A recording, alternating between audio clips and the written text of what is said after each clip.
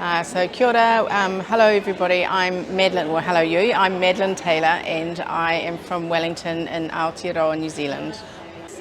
Oh my gosh, the really cool thing I'm loving is the scootering, and I've never scooted in my life, and we've been scootering from our Airbnb to the conference centre and just whizzing around the roads and doing that. I've also been loving the heat, of course, because where I am is at the moment it's very cold, and so we've been swimming every morning, including this morning, at the pool where we're staying. So just been loving those sorts of, gorgeous things. Darwin. Yeah, so a friend of mine is a community development worker down around just out of Noosa, and she sent the information to me. I work in the area of managing conflict and difference, and we teach a program called Waking Up to Whiteness, which is a really interesting conversation and understanding our part in our history and therefore what our futures might look like.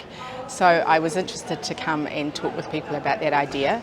I also have a company called Resilient Kids Limited, and so I was interested to talk to people about the book and the podcast that I have to support our families, middle class everyday families, to be able to thrive, because the world is very different. We've got lots of tech, and we weren't brought up with that, or I wasn't, and so helping families to do that.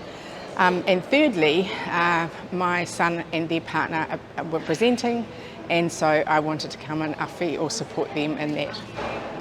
Okay, so I went to a workshop by Guy Rattani and Toad Dell, and they talked about the idea of using ecology as a way of helping us to think about how we could be as human beings transitioning, and they from one state to another. And they talked about having monoculture as farming and what damage that does, and how we have to replenish, and we get diseases, and so then we have to do other things.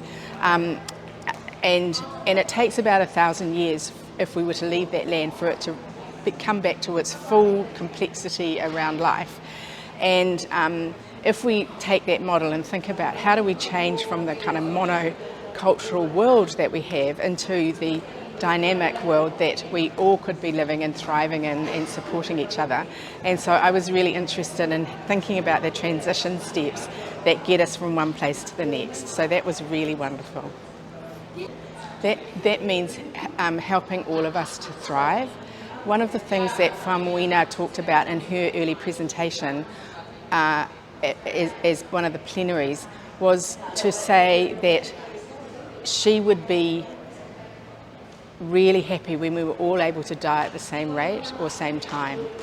And that really resonates for me, because in New Zealand in the north, our Māori populations die 15 years earlier than our Pākehā populations. And I would say that that's pretty much the same for your Aboriginal families here too. So if we can all live to the same ripe old age, then that would show that actually we've made a shift. I will continue to do the work that I'm doing.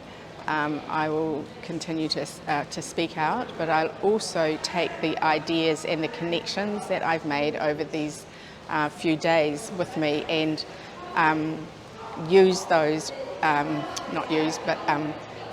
build those relationships so that we can have conversations that are going to support us all.